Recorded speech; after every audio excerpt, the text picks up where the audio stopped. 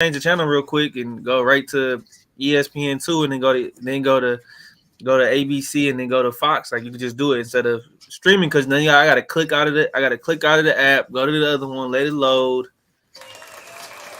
Yep.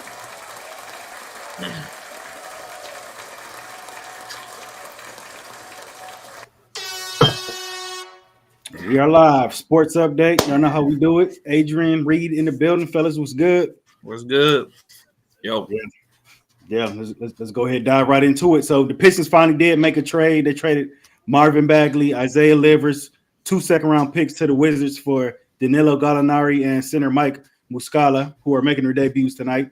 So Adrian, what you think about this trade the Pistons made? Did this move the needle for you? No, nothing they're going to do right now is going to move the needle. I mean, the trade was to get rid of Bagley's contract, I'm going to guess. I guess that's the biggest part of this trade. Muscala's a good, solid NBA vet, but what's he going to do for us? Nothing really. So, I mean, wasn't moved by the trade. Was honestly, we talked about it. I was kind of surprised. Like, this is the trade you think is going to break the internet or break news. So my biggest thing I take out is I guess Troy's trying to get rid of that bad contract he signed Bagley to, which isn't crazy. I think it was a 3-year deal, like 30 or 40 million. So nothing too crazy, but just trying to clear cap space for what? I don't know because I don't know who's going to take our money, but not too thrilled about the trade. Not too happy about it. It doesn't, like I said, it doesn't do anything for me. I mean, it's just clearing up cap space, like Adrian said. I mean, I think it was 27 million or something like that he got. So, I mean, it brings more veterans in here. Granted, they're veterans that were never really like anything crazy, but they do offer experience. They've been around. I know Gallinari said that. This morning in his inductory media scrum. So, no, it doesn't move the needle for me, but you had to do something to free up some money for next year. You know, now they got to get rid of Joe Harris and Bogey's contract and Wiseman. I didn't realize the Wiseman contract was so crazy after I looked it up. Yeah. So I definitely want to see them still stay active. Hopefully this is the only thing they do. One thing I would like to see, the Warriors I think they're 12th in the West right now. They're under 500. I'd hit up the Warriors and see if Andrew Wiggins is available. I think he's a good player. He has finals experience. He's a champion, and I think he'll mesh well with Cade and the nucleus. I'd hit up Golden State and see if Wiggins is available. I think Andrew Wiggins is comatose. He's showing who he was when he was in Minnesota. He just scores the ball. He does nothing else for me. Like I said, he doesn't even move the needle for me right now. I mean, as we can see, what the Pacers just did acquiring Pascal Siakam. I know they gave up some first round picks, Bruce Brown, but they're showing you they're trying to win now. They're doing all the right moves to ensure this team has a chance to contend in the loaded East. I mean, it's crazy, but I do think Golden State will find a way to make some moves because I mean, I don't know if you guys heard today about their assistant coach who passed away. Kind of sad, man. Rest in peace to him. Condolences to him and his family, but crazy story because their game got postponed tonight against Utah. But I think it's about time for them to start going a different direction. Yeah. Sorry, I was just going to give a quick piece. I mean, at this point, I know Adrian brought it up before earlier today. Like, I hope they do something. I don't know if they'll do anything blockbuster in terms of getting Pascal Siakam. Because we've talked about it. There's not really much on this team that people are going to want. Maybe a playoff team will want Bogey to help them. He is scoring. He's playing well. So maybe you can get rid of him for something. But, yeah, at this point, it's like you're going to have to suffer through this year and go into a bad draft, or you're going to have to see what your pick is and trade that pick and maybe another one for a superstar next season. I think that's probably your best option. You can trade the pick now, but I think once people know what it is, it's going to hold more validity. But yeah, I mean, at this point, who knows, man? I mean, Troy Weaver should be gone anyway at the end of the season. There's no saving his job, in my opinion. But yeah, it's sad. Yeah. So yeah, we'll see if they make any more moves by the deadline. So yeah, another big move today. You had Bruce Brown, Jordan Nwora, and 3 first-round picks traded to the Toronto Raptors for Pascal Siakam. So Adrian, what's the Pacers' ceiling now that they added Patrick Siakam? Can they realistically make it out the East?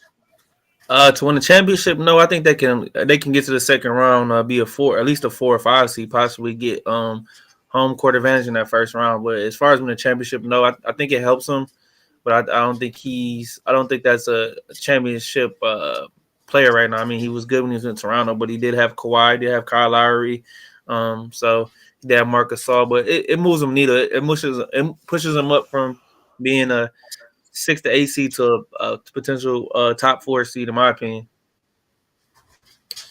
Uh, if you want to hear something crazy, I'm pretty sure Siakam's not playing tonight because he did get traded. They're up Yeah. 41-8 on the Heat in the end of the first quarter of the Raptors. So 41 to how much? 41-18 against Miami right now. So they're not hurting. Wow. They're not hurting anything on. I think the Raptors are dealing. I think they're doing great right now. I mean, obviously, they did the trade earlier in the season, and they picked up R.J. Barrett, brought him home. He's nothing but on fire.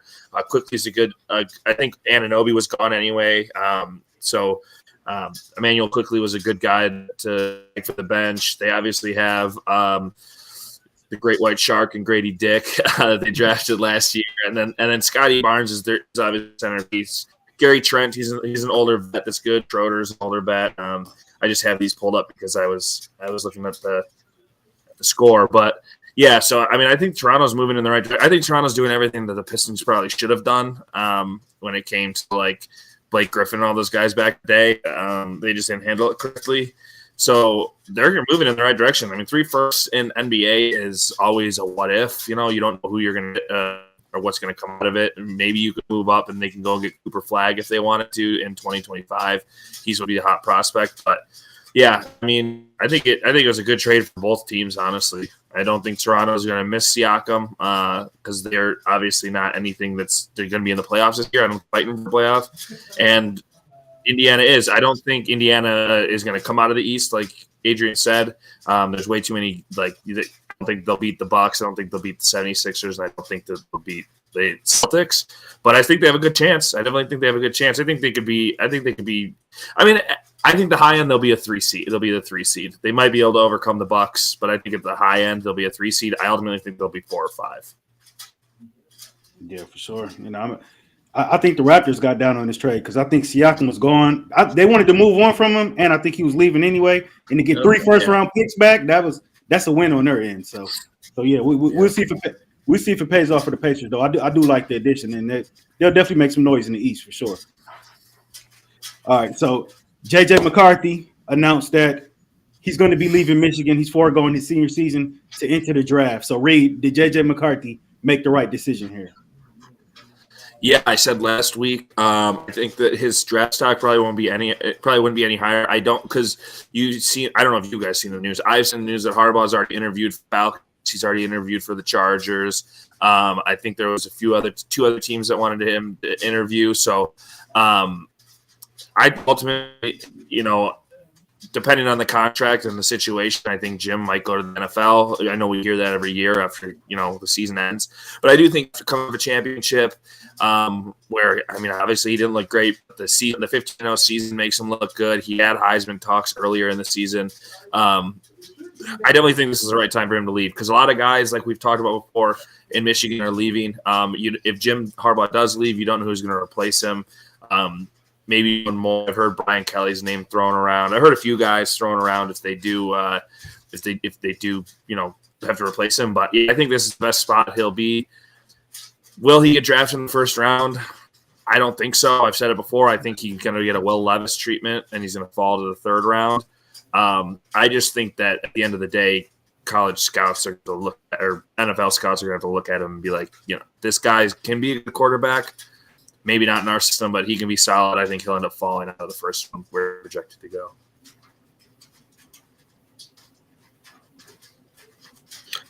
Yeah, me personally, my bad guys. I thought you was finished. I didn't know you guys lost here. Now you get freaked out. Well, this decision didn't surprise me. I think it was the right move for him. Will he go first round? Possibly. We'll see what he does at the combine. I know he can be a fringe back half of the first round type of guy if he shows the skills and the talents that I know he has. But it was the best move for him You already won a national championship. You did what you said to do at Michigan that nobody has done in a long time since '97. You don't have anything else to prove. It 26-1 as a starter. What else do you have to prove? Three Big Ten titles. Having 3-0 against Ohio State. You win a national championship. He be who's supposed to be. That's the more I can really say. But good move by JJ. Somebody will draft him. He'll get paid, and will he have a good college career? We can type. I mean, an NFL career. We can type on that later. If he gets to the right fit, I think it's James for college record with that national championship win. They both had the same record in college, 26-1. Yeah, James got drafted first round, but James won Heisman. Yeah, I think it was the right move. His NFL success will depend on who drafts him and what system he's put in. So, but he ultimately made the right move. Yeah, coming off that national championship, undefeated season, stock's not really gonna get any higher than right now because they're not going undefeated next year with that schedule. I'm not gonna because I don't know exactly what the roster or who the coach is, but they're probably not gonna have the same success next.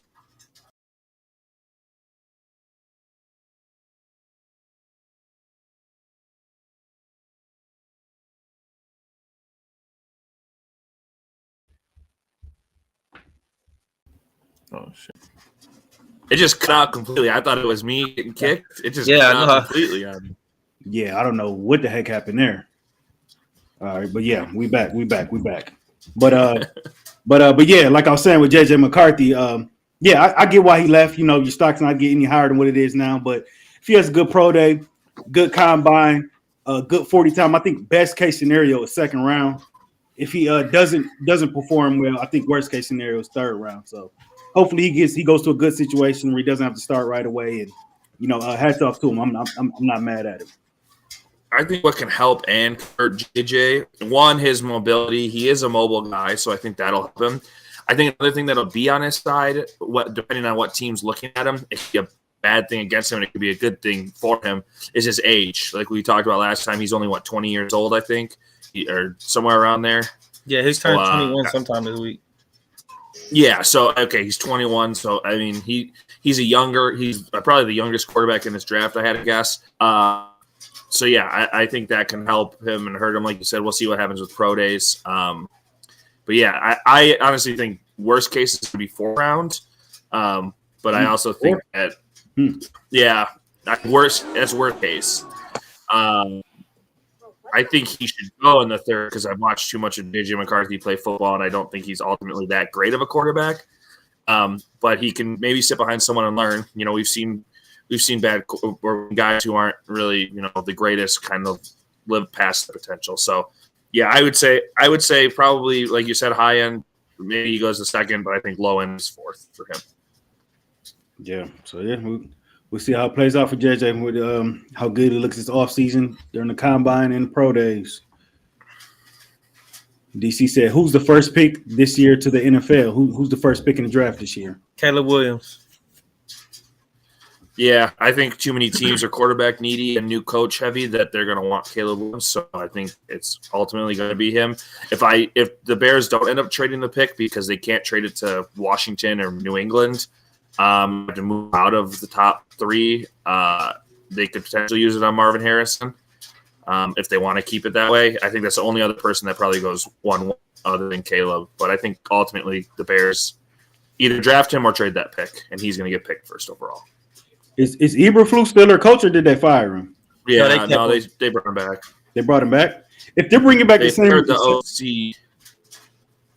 Say that again. They fired the OC, and I believe the quarterback coordinator. Oh, quarterback coach. Okay, yeah. Yeah, I mean, if you bring it back the same coach, I'd just run it back with Justin Fields. Like if he was bringing in a complete regime, then I can understand drafting Caleb Williams, but if you're bringing everybody back, build some tools around them, you could possibly be a wild card next year. Who knows?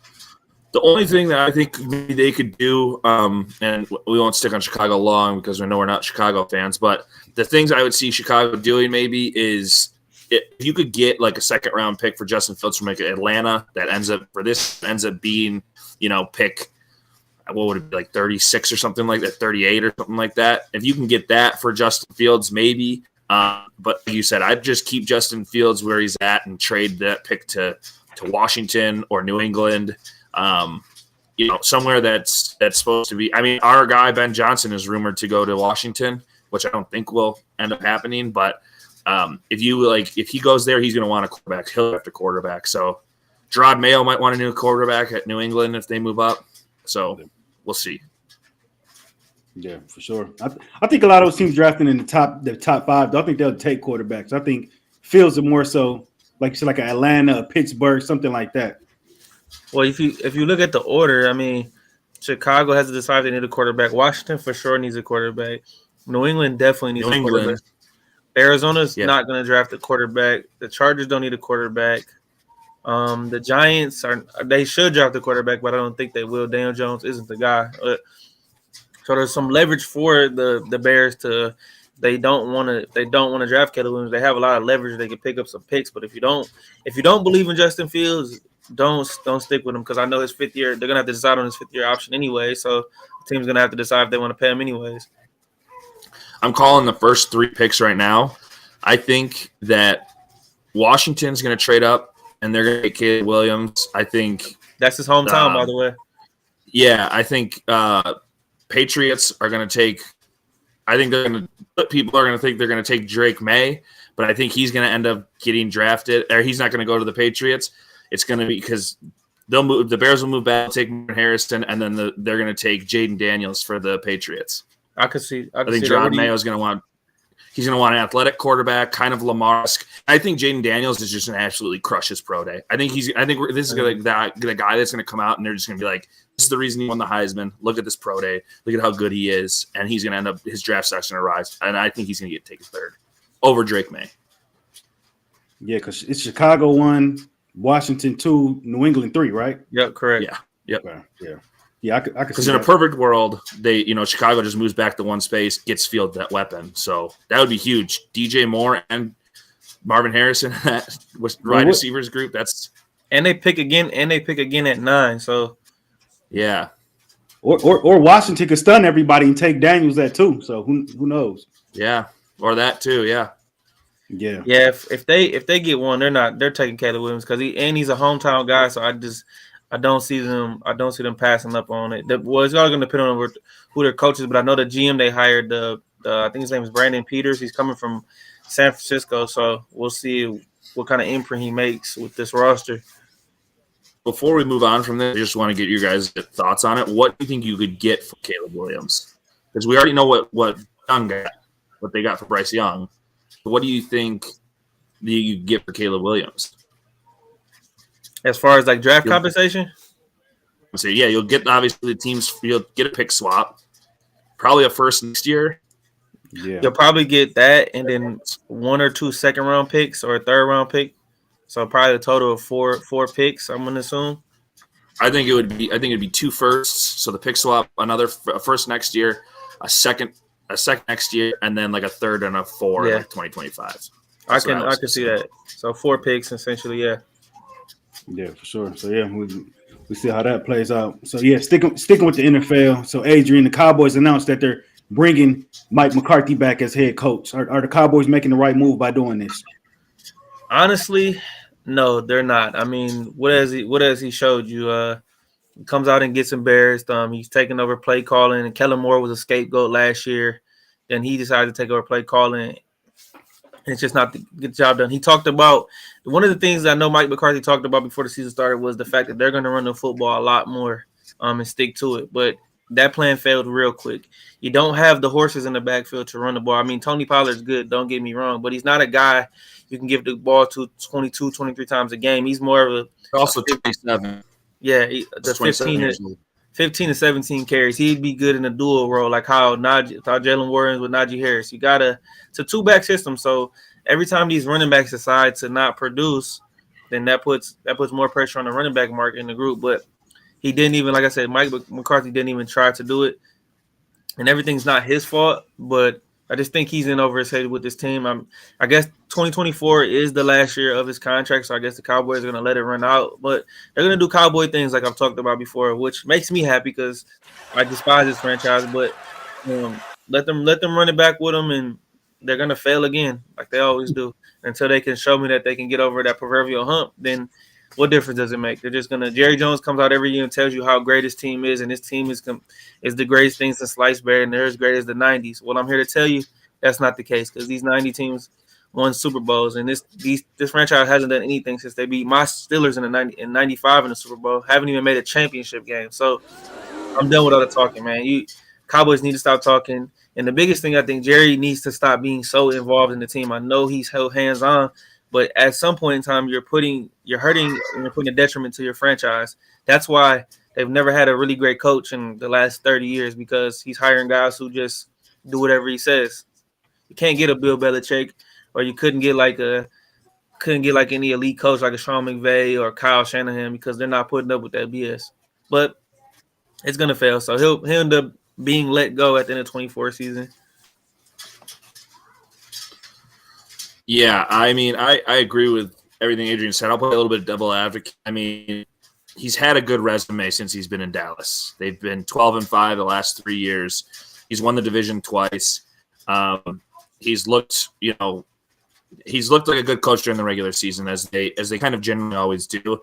Like he said, with the one more year left on his deal, I think that they made a fine move. It's hard to go out and find coaches, especially with the juice carousel that's going on right now. You know, there's so many teams looking for head coaches in Washington, LA, Rams, Tennessee, New England down there. But there's so many, it's like a quarterback. It's hard to replace a quarterback to have a winning team. It's hard to replace a coach for a winning team. We saw it in Detroit. Dan Campbell, he had a losing record the first year, winning record the second year. Now he's, where he's at now. So it's hard to replace coaches, man. And a guy who has the resume that McCarthy's had the last 3 years, I can't fault them for getting rid of him. I just don't think he's the guy. Like Adrian said, I think Jerry Jones is the reason he can't get his ego out of his, he can't get out of his own head. He's the reason the team really doesn't succeed as much. He should just have kind of a say in the draft process, like to a certain extent, step back, kind of like Martha does. Oh yeah, I like that pick, but let the real guys who stick out these guys and study these guys for years do your picking. You don't have any input on it. Just agree with what they say. Let your team build. Ultimately, I think if given one more run, same thing happens again where they lose. I think they get rid of him, and I think they get rid of Dak. I think that they're going to have to get rid of both of those guys, retool. Like you said, Tony Pollard's not the guy. He's 27. He's a competent guy. He's not a starter. You saw like Dwodle or whatever his name is take over some of the carries. So I think it's fine if they kept him ultimately. Hopefully they do what Cowboys do and jail again. But I think it was the right move. You don't have to go through the headache of replacing him with another guy after there's a dozen teams looking for head coaches right now.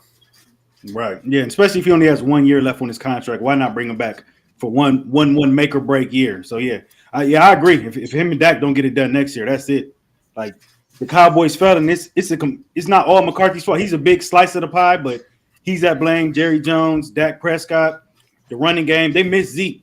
Zeke was the thunder to Pollard's lightning. And I don't think Zeke got enough credit for how much he helped in the passing game, as far as how good of a pass blocker he is. How he picks up blitzes and things like that. It's the small things, but those are really big things that could have helped him a lot this season. So I know it's hard for them. I know it's hard for them because they're Dallas Cowboys and they get so much publicity. But at what point in time do you guys just try to quiet the noise and try to just play football instead of having him come out every week after week, and putting all the pressure on his players? Just play football. I know you want all the attention, Jerry, but just let your team get the job done. And this is it for me. If Dak can't find a way to win a playoff game next year, he's done that. They can't cut him this year because I think his cap hits like $60 million, something. It's something crazy. But if they can't get the job done and win a playoff game, there's going to be some big changes. But what they do need to do, and I'm not a big fan of them, but I will say what they need to do is draft a running back or get somebody in the running game to help Tony Pollard out. That way they can take some of the pressure off Dak. So was Cam Newton right? Maybe after all he had some sense to what the statement he made. So, but Dak hasn't got it done, and he's performed worse and worse throughout the years in these playoff games. And like you said, Reid, 12-5, 12-5. What does that get you? First round exit. So the excuses are done, and they've been done. What did Cam Newton say? He called him. He made the game manager comment about the game manager like Goff and Brock Purdy and all those other guys. He's not an elite guy like Lamar or Patrick Mahomes. which I agree with, actually. I think Dak is kind of a guy who, because he's on Dallas, he kind of gets a scapegoat route where he can be this. And he always looks good every year. He's thrown for a million yards and a bunch of touchdowns. He's cleaned up the picks for the most part, but he does get put on this pedestal over other guys that aren't as good. I mean, he had a heck of a year this year. I said that he probably could have been an MVP. But look at it, I respect that statement. I don't think he's as good of a player as I kind of got the wool pulled over my eyes with that one. But yeah, I think it's just I think this is the year. Like you said, it's tough. It's almost like the Kyler situation. Like when everybody was talking about the Cardinals potentially, they can't really get rid of Kyler because if they got rid of him, it's $93 million in dead cap. So like they pay all these quarterbacks all this money, you end up getting rid of them unless you can trade them and somehow recoup some of that money from them. But when it's guaranteed, it's hard, Yeah, for sure, absolutely. And we got to remember too, Dak wasn't a top 3, top 5 pick. He was a 4th rounder. So. So speaking of running back, I don't know if you guys saw the Derrick Henry interview. He was on Bussin' with the Boys. It's the Compton podcast. Yeah. He said he can still rush for another 2,000 yards. He wants to play on a Super Bowl caliber team. I mean, if you put him behind the offensive line, do I think he's going to get 2,000 yards again? No, I do think the tread's falling off on that one. But yeah, I mean, maybe they can go sign him for a vet minimum. A little Lions AP deal. Yeah, that'd be a good move for them. That'd be good thunder and lightning for him and Pollard. That or Buffalo would be a good spot for him too as well. So or Buffalo, Cincinnati, he's got quite a bit. He's got quite a bit of options going into next season. Somebody will sign him to a 1 or 2 year deal. He doesn't have as much tread on the tire as some of the older backs will have because he didn't really play his first year and a half. So. Yeah, for sure. Or B-more. I can see him in B-more. Him and Lamar running the read option. All right. Until my boy Dalvin Cook goes crazy this day and he runs all over the place. I just want Dalvin to have a reason. He got done. Yeah, for sure. All right, so the Lions finally won their first playoff game in 30 years. Congrats to the Lions. Yes, sir. That's my first time ever seeing that because when they won the one in I think the other one was what 91? January. I wasn't even born yet. Yeah, I wasn't either. I think January 8th or something like that, 1992. It's technically 92, but it was the 91 season. Yeah, so none of us were even around. Yeah, well, I was 1, but I clearly don't remember that. So yeah, this is my first time ever seeing the Lions win a playoff game. So Reid, what was your takeaways from this Lions and Rams game? Man, I don't know if you guys heard Jared Goff talking today because at his press conference, he said he's happy to get that monkey off his back, and obviously all the reporters because of the Stafford story. Let me get this off my chest first of all. Stafford's the greatest Lions quarterback to ever do it. I don't like that people booed him. They have the right to boo him. I think it kind of sucked, obviously, because of what he put through, but he was the enemy coming into our house that day. So hats off to him. He played a good game. He didn't throw any pick. He didn't look like, a traditional kind of Stafford. Calvin Johnson did give him a hug before the game, and he said, I need 2 or 3 of those things from you, and I'm not talking about touchdowns. I thought that was pretty funny. But yeah, I was ecstatic. I was out with all my friends. We were at a bar in Royal Oak. I mean, I thought the roof was going to blow off the place after every first down. People were getting electric. So it got a little dicey in the second quarter or the second half. They have to clean that up.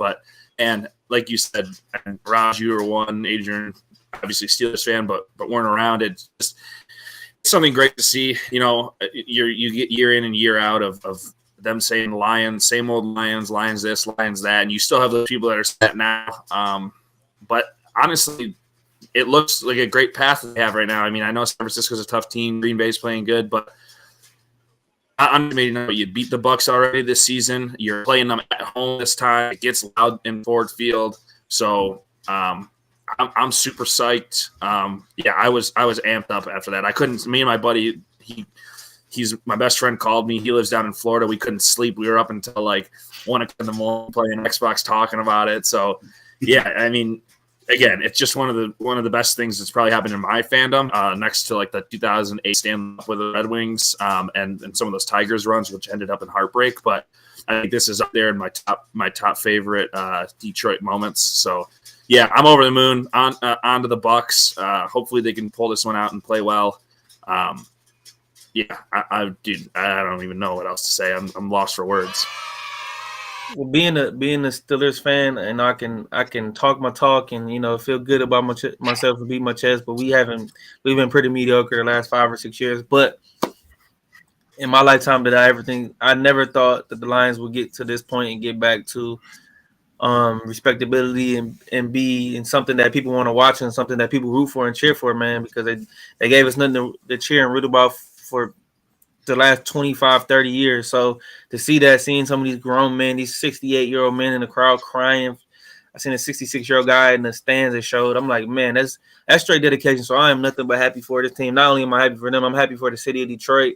It means a lot to them. But what I want everybody to know is don't just be happy about this moment, but don't settle for it. You want more. You want to be great. So enjoy the moment. Bask in the glory, but we ain't did nothing yet. They haven't done anything yet. Like my boy CJ Johnson said, we didn't come here to win playoff games. We came here to win Super Bowls, and that's the expectation that I want this franchise to start having, to be contenders on a year in and year out basis. And shout out to Brad Holmes and Dan Gamble for setting the tone and setting a new culture for this franchise, because it's what the city's been missing. So couldn't be more happy for the Lions. I definitely think they got a great shot to beat the Tampa Bay Buccaneers. So I don't want these Lion fans to be cocky about they're going to just blow the Buccaneers out. No, you got to respect the Buccaneers. They have weapons. Baker Mayfield's been playing pretty well. Their defense is blitz heavy. So, I think there's a game they can win and will win. But much all I'm happy, and they got a chance to get to the NFC Championship game. And I do think the Packers have an outside chance of beating the San Francisco 49ers and Lions, potentially hosting an NFC Championship game. Boy, would that be wild. Yeah, that'd be something right there. Get some revenge for Thanksgiving. Yes, sir. Right. For sure. Yeah, definitely. The state's on the high right now. Lions finally won a playoff game. Michigan coming off that national championship. So yeah, the state's definitely on the high right now. So yeah, let's just go right back to it. Bucks at the Lions this Sunday, 3:00. Reid, Lions 6.5-point favorite. How does this one turn out? It moved since I saw it. It was 6 last I saw it. Ultimately, I think, like Adrian said, I don't want to underestimate the Bucks. I mean, they just beat the Eagles. Granted, the Eagles look like a shell of themselves the last 6 weeks, but I mean, Mike Evans, he's a threat. Chris Godwin, he's a threat. The cornerbacks are a little weak for the Lions, as we all know. They do get James Houston back, so that if you can pressure Baker and you can make him uncomfortable, we all know the Baker of old that can make mistakes. I do think the Lions are going to pull it out. Obviously, I'm not going to go against my guys, but I think they're going to pull it out. I think they win. I think they win by 10. I think it's going to be 31-21. I think it's going to be the final score, and they win by 10. I think that they're going to have the second half. They know how to play the Bucks. They've already played them. They have the scouting. They know what they know what to look for. Granted, the Bucks are a little healthier than they were last time they played them week 5, but for the Lions, you need James Houston to come out with his head on fire. Gardner Johnson wasn't playing when they played the Bucks, so I think it's going to be a good game. But I do Lions out, and I think that it's going to be by 10 points. The fans are going to be nuts. I'm telling you, the fans are going to be even more nuts than the Rams game. I think they're going to be a new high after that playoff win. Yeah, I think this place, like you said, is going to be rocking. I think that is what gets the Lions over the hump. I think they'll play a little more loose this game just because this is their first playoff game last weekend, and they started to play a little tight in that second back end of the second quarter and a lot of the third quarter. But they did the bend but don't break defense, and I think that's the key in this game. I believe Tampa will be able to throw the football down the field. They have good receivers just as good as the Rams with Mike Evans, who's still a stud. With David Moore, guys came on. They got Godwin. They got Cade Otton. I think they'll be able to move the ball, but the Lions will eventually hold them in the red zone. I think they end up pulling this game out. I think they win 28-20. I think it'll be a good game. They'll be amped up and ready to go. But they gotta be careful. Tampa can't run the football. I think that's the big problem. Rashad White's is good, but they just haven't they won't stick to that run game. I know they can get the ball out the backfield, but if you can Baker Mayfield have more than 25 pass attempts, I think you can find a way to get to him, especially with the way Aaron Glenn's been dialing up the blitzes at the perfect time. I know they got cooked a little bit, but like we talk about, you're not gonna stop anybody in offense, but you get them to that red zone, you hold them to those field goals because those are what get you beat. The Lions pull this one out. Yeah, I'm running with the Lions in this one too. They got the momentum. We all know how well they play at home. I will say it is kind of dangerous when you play a team for the second time because obviously the Lions went down to Tampa and beat them handily.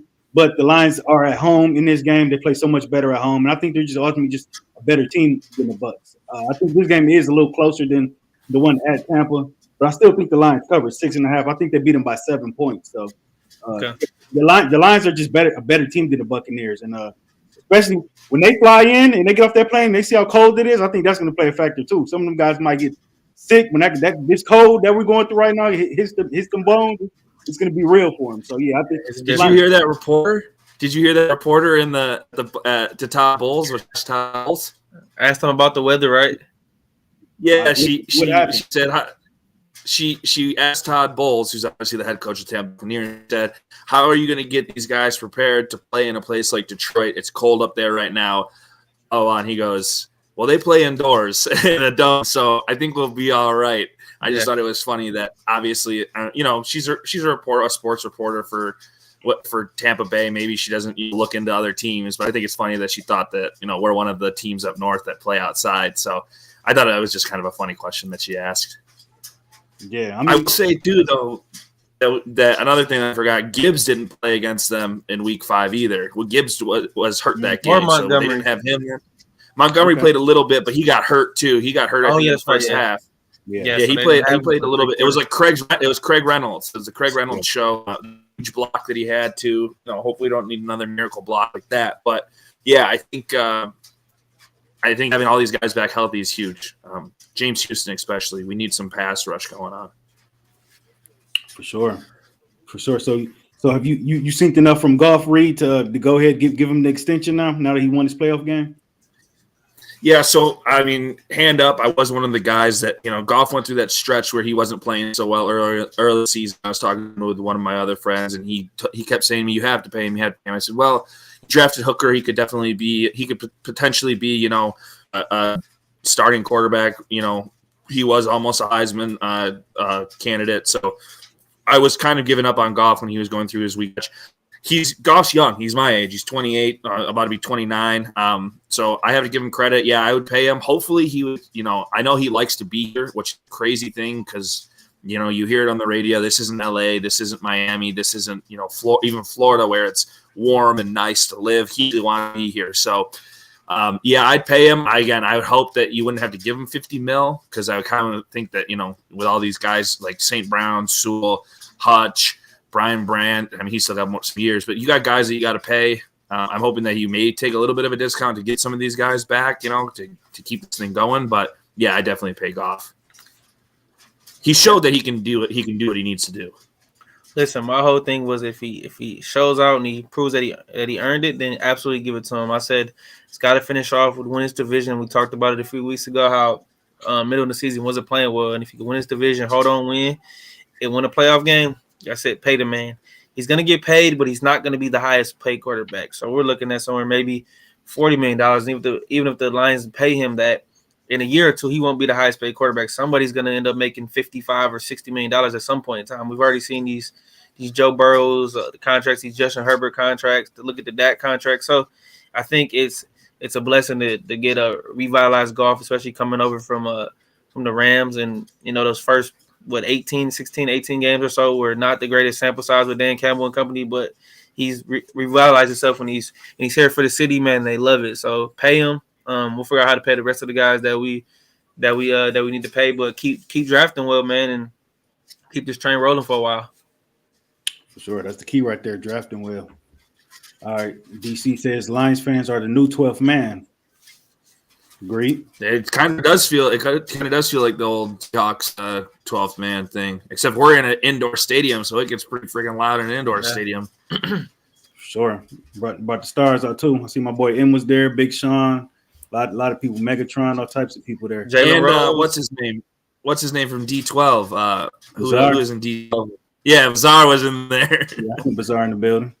Yeah, it's just the Houston Texans are surprised. I think they're going to eliminate the Ravens. So yeah, let's go ahead and get to our picks for this weekend's game. So yeah, that's my first game right there. So Adrian, you got the Texans at the Ravens. Ravens 9.5-point favorites in that one. How you see that one going?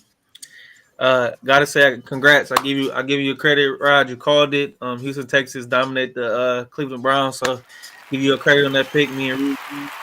But this is the week this stops. Great to everybody, Houston Texans and company. I know the coaching of the year voting was done before the playoffs started, but give it to D'Amico Ryans, man.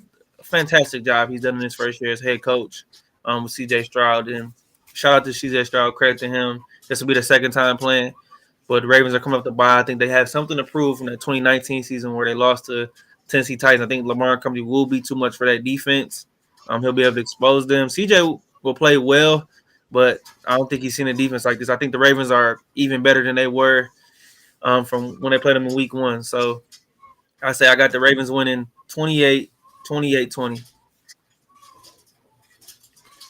Yeah, again, it's off to Raj. You did call it. I shouldn't have gone against my guy CJ Stroud. I've been on CJ all season.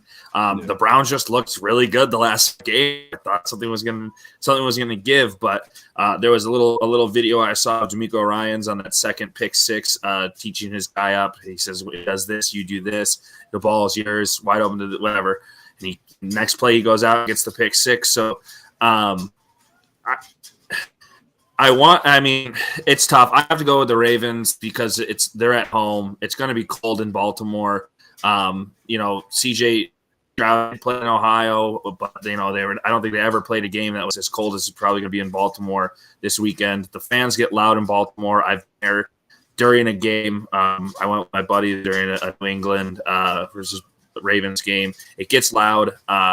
So ultimately, I do think the Ravens pull it out. I don't like that they had all this rest because like I said before, guys generally don't play well off the rest. But that is a little jarring, but I think the Ravens do pull it out. I think they win by a touchdown. I'm going to say 27-20. 27-20. Okay, yeah.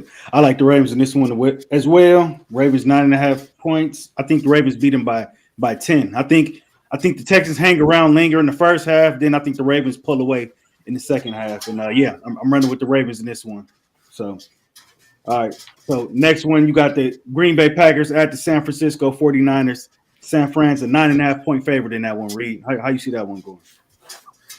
Yeah, like Adrian said, there is a possibility of the Packers do it. They're 0-4 since to the 49ers in the playoffs. The last 4 times they've played and they've lost. So at scary point, another scary point was I don't know if you guys are comic book fans, but everybody always talks about Batman with prep time can destroy any villain or any person in comic books, and that's Kyle Shanahan to me. He said he started prepping for the Packers at the second half of that Cowboys game. So that Kyle Shanahan with some prep time is pretty scary. The thing that goes against him again, there was a lot of rest that happened in that. For the 49ers that last week. CMC is still dealing with a calf injury. I do ultimately think they pull it out, but I think Green Bay keeps it a lot closer than people think. You also have to remember LaFleur is a great coach, as much as I have to say it, because he's one of our rivals. But he's a great coach. I think it's close. You said it's 9.5. I think it's going to be a close game. San Francisco pulls out and wins by a touchdown. I think they win by a late touchdown. Score, I'll say, I'll say 30, 32 to, what is that, 20, I don't know, 24? Isn't that 7 points or is that 6 points? That's 23, 23? Yeah, that's good. Okay. I think they pull it out. Long story short, I think they pull it out. As much, I think the Packers have a legitimate shot to upset the San Francisco 49ers. The way they played against Dallas was phenomenal. They came with a great game plan. They're getting healthy at the right time. Got Christian Watson back. Maybe he'll be healthy, ready to go for this game. They won that game even without Jaden Reed, who's arguably their best receiver this year. Didn't even have a catch in this game. Aaron Jones is the Cowboy killer, as we know. But I think that stops in San Francisco, as much as I hate to admit it. Not the biggest Brock Purdy fan. I wish he would get exposed, but Kyle Shanahan's just too good of a coach. You give him 2 weeks to prepare for a team, I think they find a way to get it out. But I think it will be closer than everybody thinks. I'll say score. I think they cover it. They cover the spread. Give me 49ers 24. Give me Packers. Give me Packers 13. Okay. Yeah, I like San Fran in this one. I definitely didn't think Green Bay was going to go to Jerry Road and pull that off. They pulled it off. They're pretty much going in this game playing with house money. They got nothing to lose. So I do think they cover. I think they covered the 9.5. I think San Fran beats them by 8 points. But yeah, I think the Green Bay Magic ends right here. I'm running with the Niners, 8 points, and I like Green Bay to cover. All right, last game right here, Reid. You got Kansas City at Buffalo. The Bills only a 2.5-point favorite at home in this one. Yeah, I mean, I think that's crazy. I don't think weather's going to obviously play an effect on either of these teams because they both play in frigid tundras for the most part, as we just saw this last week. Buffalo up to their necks in snow, and Kansas City, was like the Antarctic. So they're going to be tested. Kansas City, this is the first time they're playing, not at home. In the playoffs, they're a little banged up. As we know that they're only going to Buffalo because Kadarius Toney offsides on that play and that tiebreaker game earlier in the season. Yep. But ultimately, I got to ride with my guy Josh Allen and Buffalo. I know that they're banged up, but they are at home, and Buffalo plays really well at home. Josh Allen has shown he can be almost Lamar Jackson-esque with his rushing ability like he did last week. He hasn't been throwing the ball great recently. I think that does end up changing. I think they get Diggs more involved. They'll probably get that bum Gabriel Davis back. I don't even know if you need to use him because Khalil Shakir is killing it this last weeks. I think I'm sorry. I think the Bills end up eking it out. I think they win by a field goal. I'm going to say 23-20 is the final score. All right. I knew Reid was going there. Josh Allen's his boy. He's been riding the Josh Allen train all year. I got to give him credit. But guess what? At the end of the day, could never go against Patrick Mahomes. As bad as this team has looked this year and as bad as they played, I know he's got to go on the road for a playoff game, but it's Patrick Mahomes, man. Until somebody beats him, I'm not going against him. It just reminds me of every time Brady got in the playoffs and they played him, he just doesn't lose no matter what. I think this team will be laser focused going into Buffalo. All the pressure's on the Buffalo Bills to win this game. As you can see by the 2.5-point spread. I don't think it's big enough. I think the Chiefs find a way to win. Give me the Chiefs to win 24-20 on the road. Patrick Mahomes has 2 touchdowns for 250. Pacheco has a good game, 70 yards and a rushing touchdown. I think they find a way to win this game. What did my guy Richie Rice do? Richie Rice, your boy. Yeah, your boy. I think he killed it last game. Yeah, he did. I feel like Rashee Rice. I mean, Travis Kelce has to have 2 touchdowns. He has to have something. Show me something, please. And their defense is super elite. I believe they'll bracket Diggs, slow him down. I think Chris Jones will be able to slow down James Cook and company. Josh Allen will have to make some plays, but overall, Kansas City Chiefs will get back to the AFC Championship game, and they will have a chance to get back to the Super Bowl once again. Yeah, I'm running with the Bills in this one. I think the Bills covered at 2.5. I'm taking the Bills by 6 points in this one. The Chiefs have no business in the AFC Championship game this year. The receiving core is pathetic. They got a great quarterback and a great coach, so they're always going to be in the mix. But yeah, I don't think they're going to go to Buffalo and beat them, even though it should be a revenge game because the game that they lost for the seeding with the whole Tony thing. But I just think the Bills are clicking more right now. Not that Josh Allen is just lighting it up, throwing for 300 or 400 yards or anything, but he's winning. He's playing well, even going into the playoffs, beating Miami that final game of the season. So I like the Bills in this one. I'm surprised the Chiefs even made it this far, but they're not really that good. And yeah, I'm running with the Bills. The Bills to cover the 2.5 points. You know what will be scary though, and the moment this happens is when I'll become a Chiefs fan. Is if they go out and they draft Keon Coleman, which I don't know if they would really need him because you have Rashee Rice, who's almost kind of like the same player, but Coleman's big body. They need him. Wide. They need him. They need somebody If to they take go and get defense. if they go get Keon Coleman and then Rashee Rice, I'll be a Kansas City fan because that wide receiver duo would be absolutely filthy. And I've been on, and you guys know it, ever since week 7, I've been on Rashee Rice. So, Boy. And Keon was my guy from Florida State. So, if they go and get him, that'll be nuts. I think they do ultimately draft a wide receiver in the first round. Obviously, that's their only weakness. For sure. I'd draft a guy and I'd bring a free agent in. Why not? I'd stack the deck. You got the best quarterback, so why not stack the deck for him? Shout out Hoops in the building. Said he's definitely taking the Bills. Agree with you, Hoop. And he says, We just know that Patrick Mahomes is Adrian's guy. It is my guy. And he said, I need Houston to end the Ravens. I mean, only way they Who's probably with you on that one? I need it. Yeah, I think only way they could do it is if the Ravens are a little rusty from resting their stars last week, obviously having a bye. But other than that, I just think Baltimore's just better. They're at home. It's going to be outdoors. It's going to be cold. This is a game built for them to run the ball down the Texans' throat. They got the more seasoned coach, more seasoned quarterback. It's just I don't see the Texans pulling this one off. The thing about this game that I'll say is that Houston's defense has gotten hot recently. The last few games they've been real hot. I think that brings them down is I think that the Ravens pass rush and their linebackers are very good. Their corners are substantial, right? I think what hurts the Texans is not having Tank Dell and Noah Brown, and I mean you only have Nico Collins, so they have to be a lot more crafty with their passing. So CJ Stroud can't take so many deep shots. It's almost like the Patrick Mahomes thing, where if you take Nico Collins out of there, the only thing that he really has is Dalton Schultz, and I don't think that's going to end up being enough to win. They're going to really miss their wide receivers, is what I think is going to happen. Yeah, for sure. I'd like to see Stroud use his legs a little more in this game too. That'd definitely help him. Not saying he's going to be Lamar, but some scrambles, run the ball a little more. That'd definitely help him on offense. Yeah, absolutely. A lot of people don't think of Stroud as being kind of a scrambling guy. He came after Fields, which he did on a little in college.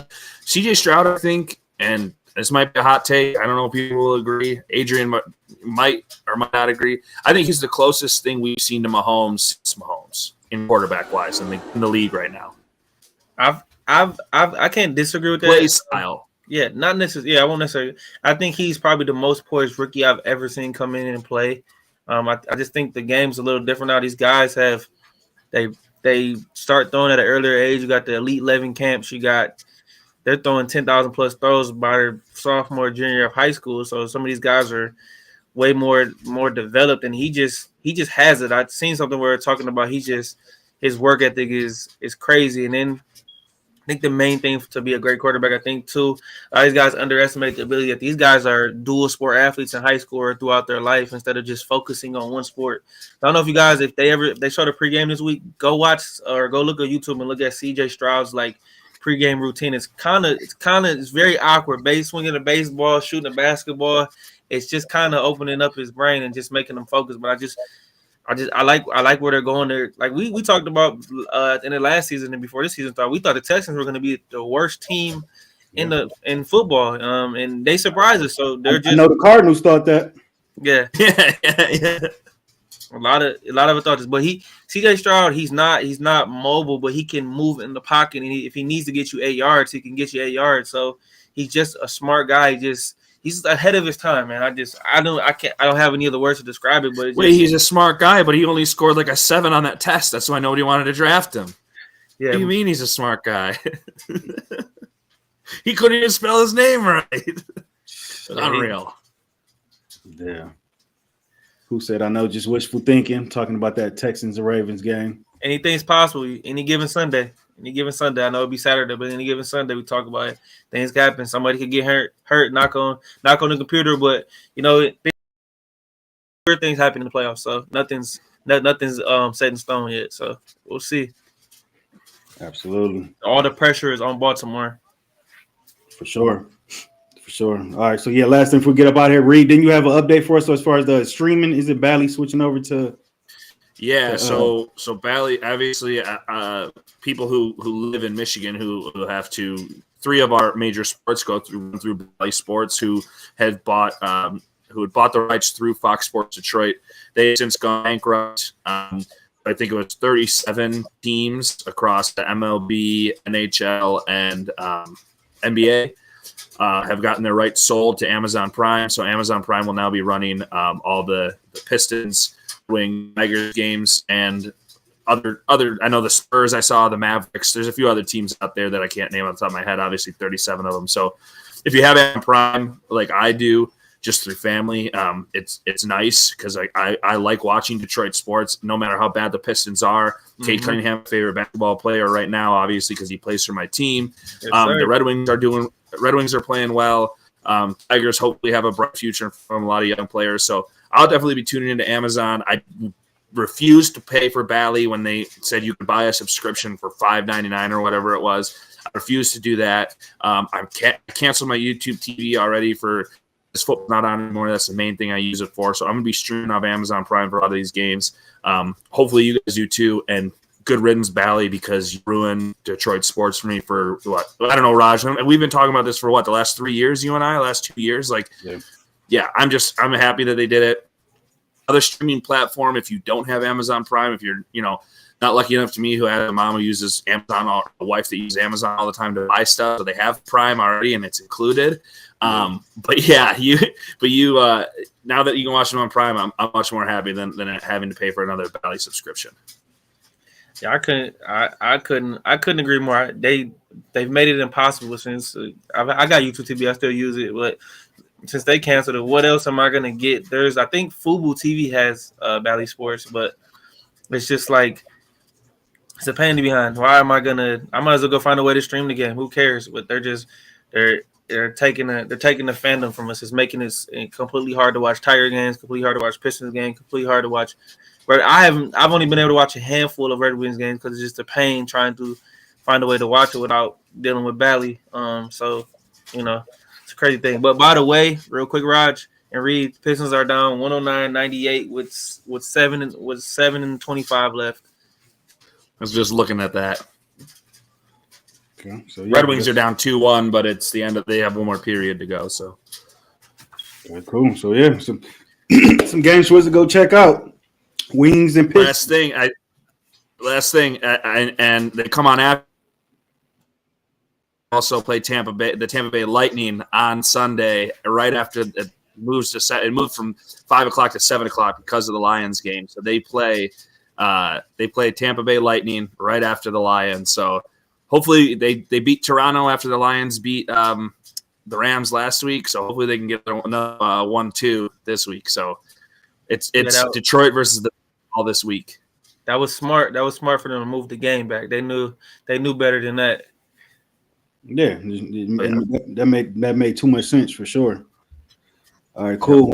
Good stuff, fellas. Good show. So sports update every Tuesday, 8 o'clock. We're a day late on this week, but next week we'll be right back.